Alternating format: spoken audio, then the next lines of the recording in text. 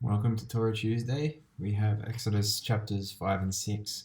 Last week was really big, important in the story of Exodus. God spoke to Moses in the burning bush, and we were introduced to some of the key ideas of this Exodus story. God has heard the cry of Israel in slavery, and he's going to act to redeem them. And he's doing it because he has made a promise to this family. He remembers the promise. And he's going to send Moses to do it. And Moses is going to be accompanied by Aaron, who's going to speak for him.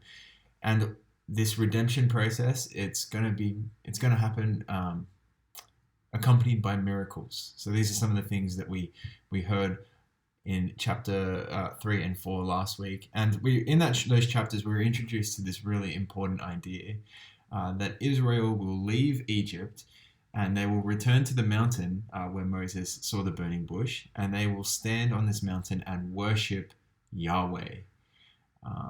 And now it's important, the reason that this is important is because you need to know that worship and serve are often the same word.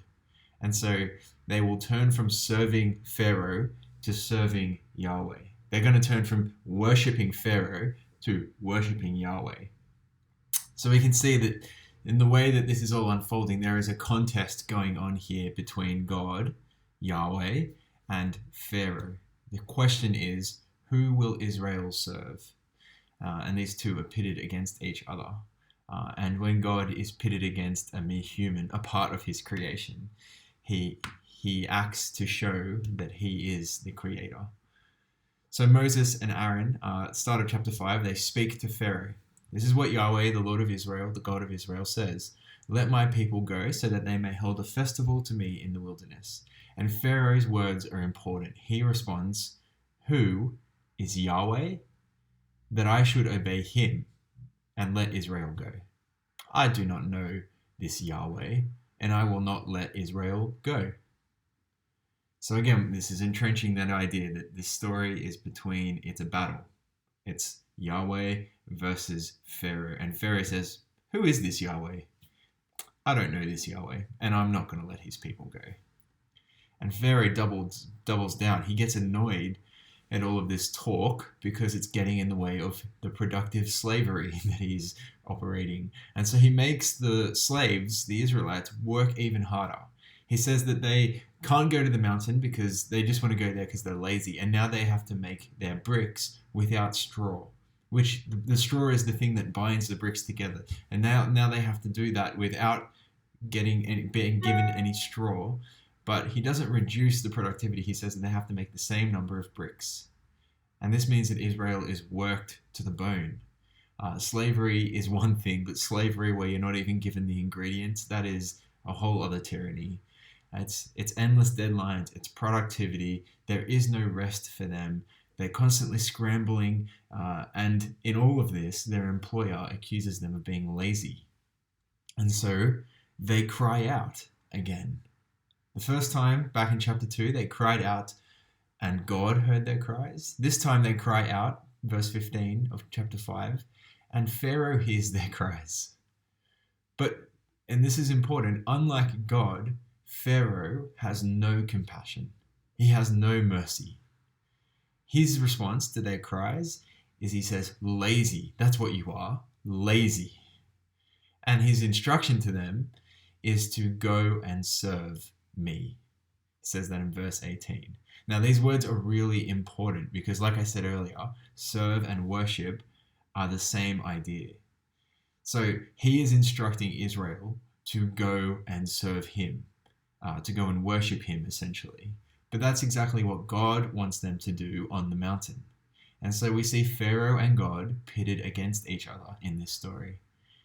This line, go and serve from Pharaoh, it's going to become very important. Because once the plagues have all occurred, the Pharaoh's eldest son has died, and Pharaoh says again to Israel, go, serve.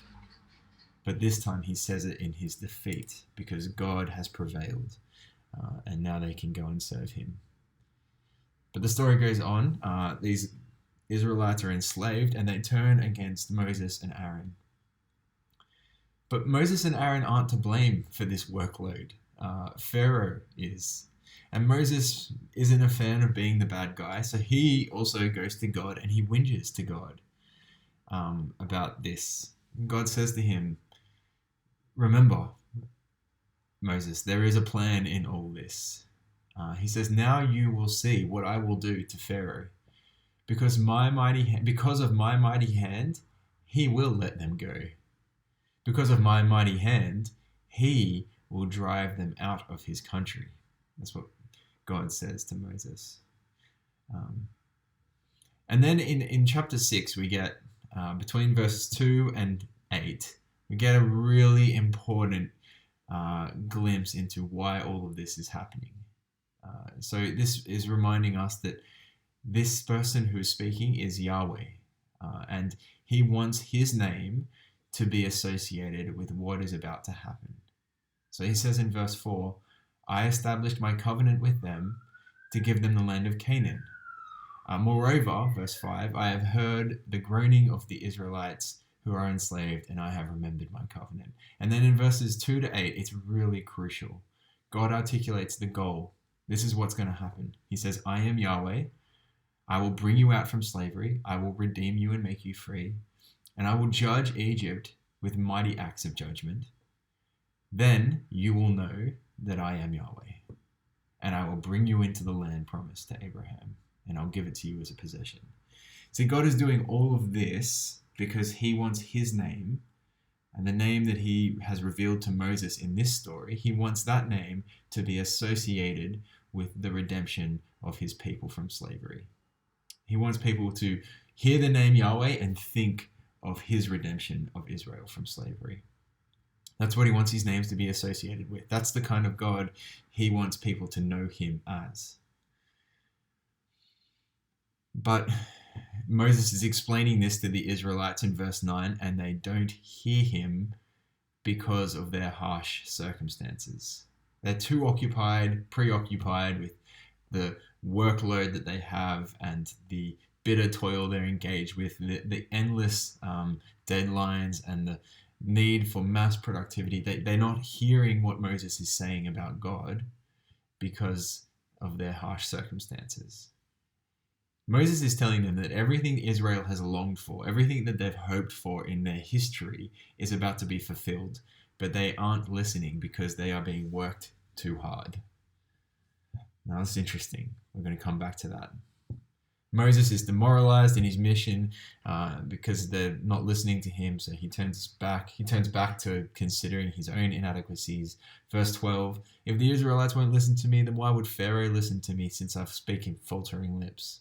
And then we get this genealogy, which essentially is about showing us that Aaron is legitimate. Aaron is a good help to Moses. And then, next week we're going to see the plagues happen. But before we move on to that, the plagues next week, what can we learn from this week?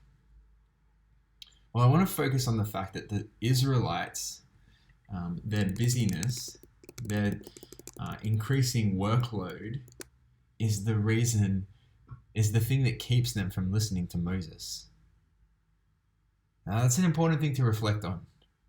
Their busyness, their increasing workload, their constant deadlines, that's the thing that keeps them from hearing the promises of God, the thing that keeps them from hearing the words of Moses, his servant.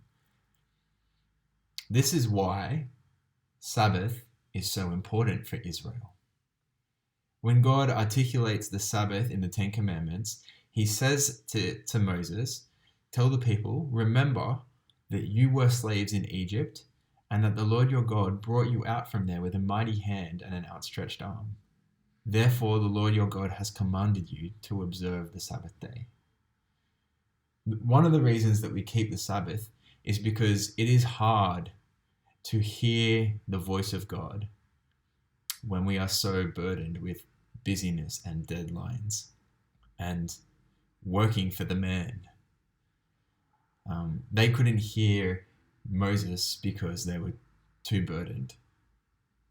And I think sometimes we don't hear the word of the Lord because we are just too stuck in our 70-hour weeks, in our restlessness, in our productivity and deadlines.